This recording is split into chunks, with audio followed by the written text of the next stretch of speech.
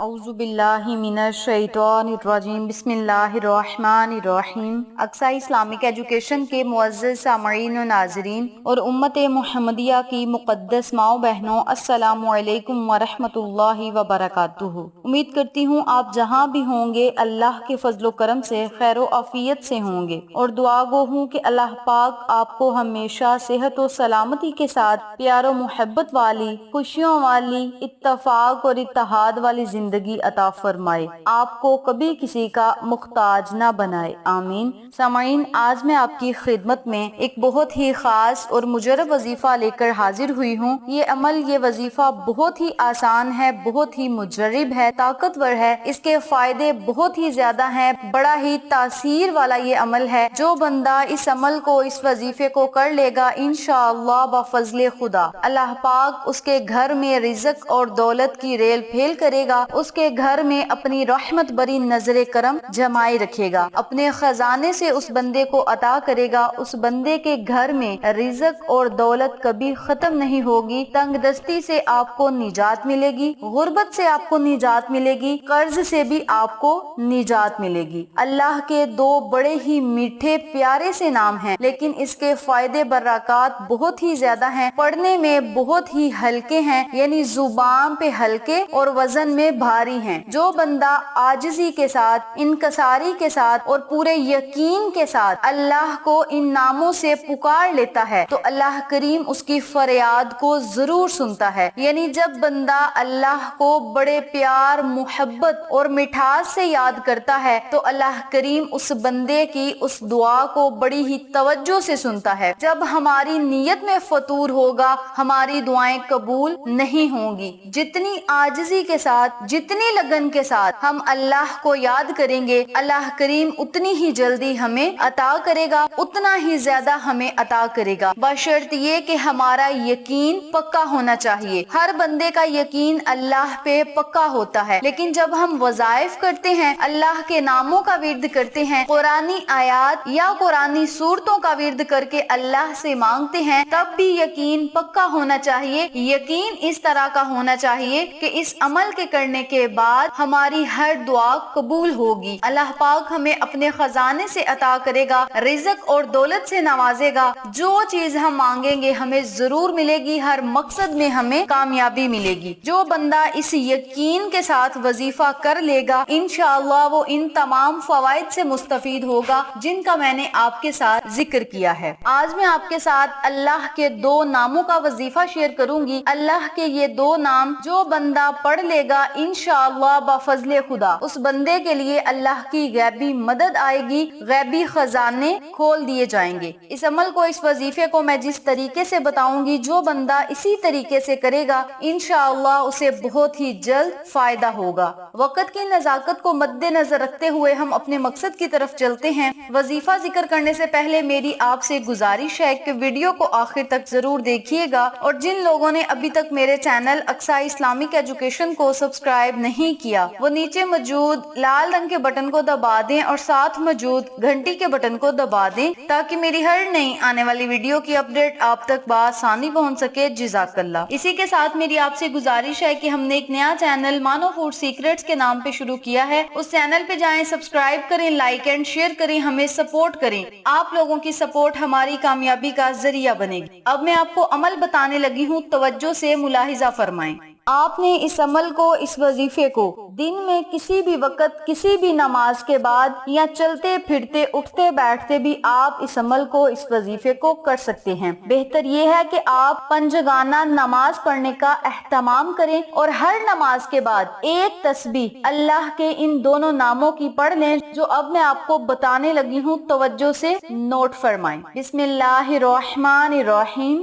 یا اللہ یا رزاق جل جلالہ، یا اللہ یا رزاق جل جلالہ۔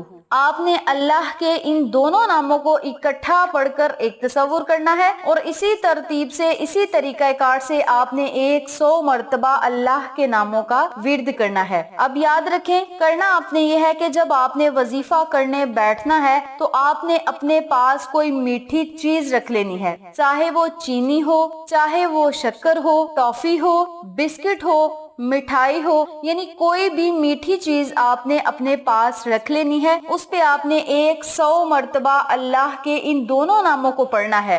اول اور آخر آپ نے 11 مرتبہ درود ابراہیمی پڑھ کے بارگاہ الہی میں دعا کرنی ہے۔ جب آپ نے وظیفہ مکمل کر لینا ہے تو آپ نے اس میٹھی چیز پہ پھونک مار دینی ہے، یعنی میٹھی چیز پہ دم کر دینا ہے۔ اپنے خالی ہاتھوں کو بارگاہ الہی میں اٹھا کے رونا ہے، گڑ گڑانا ہے، عاجزی کے ساتھ اللہ سے مانگنا ہے، پوری لگن اور دل لگی کے ساتھ اللہ سے مانگنا ہے۔ یاد رکھیں جتنی مانگنے کی لگن آپ کی زیادہ ہوگی، رب کریم آپ کو اتنا ہی زیادہ عطا کرے گا۔ آپ اللہ سے رو رو کر دعائیں مانگیں کہ مولا اس عمل کو میں نے خالص تیری رضا کے لیے کیا ہے، اپنی رضا میں مجھے راضی فرما۔ مولا مجھے ہر کام میں صبر و شکر کرنے کی توفیق عطا فرما۔ یا اللہ مجھے ایسا بنا دے کہ میں تجھے اور تیرے محبوب کو پسند آ جاؤں، اور مولا مجھے اپنے خزانے سے عطا کر مجھے رزق اور دولت سے نواز دے، مجھے کسی کا محتاج نہ بنانا سوائے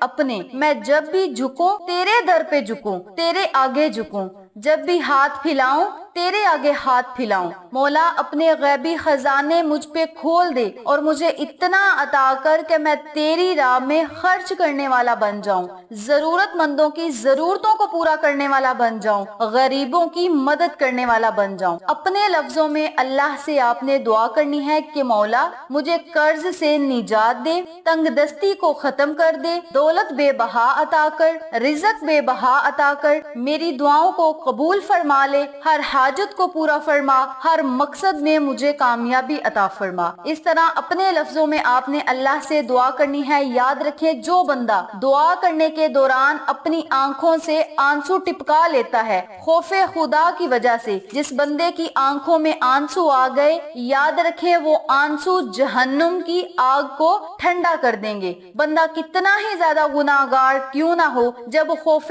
خدا کی وجہ سے آنکھ میں ایک آنسو آ جائے اور وہ آنسو جہنم کی آگ کو ٹھنڈا کر دیتا ہے، حالانکہ پورے سمندروں کا پانی، نہروں ندیوں کا پانی اگر جہنم کی آگ پر پھینکا جائے تو جہنم کی آگ اور زیادہ بھڑک جاتی ہے، لیکن خوف خدا کی وجہ سے آنکھ سے نکلا ہوا ایک آنسو جہنم کی آگ کو ٹھنڈا کر دیتا ہے اور جنت میں جانے کے ہم لوگ حقدار بن جاتے ہیں۔ بس آپ نے یقین کے ساتھ اللہ سے دعا مانگنی ہے، خوف خدا کی وجہ سے توبہ استغفار کا ورد اپنی زبانوں پہ جاری رکھنا ہے۔ ہر وقت اللہ سے آپ نے توبہ استغفار کا ورد کرتے رہنا ہے۔ جو تسبیح میں نے آپ کو بتائی ہے اس تسبیح کو آپ نے پڑھنا ہے اور اللہ کی بارگاہ میں دعائیں مانگنی ہے۔ یاد رکھیں جس چیز پہ آپ نے پھونک مارنی ہے اس میٹھی چیز کو آپ نے اپنے گھر کی چھت پہ ڈال دینا ہے یا کسی کچی جگہ پہ ڈال دینا ہے جہاں کیڑے مکوڑے چونٹیاں وغیرہ کھائیں،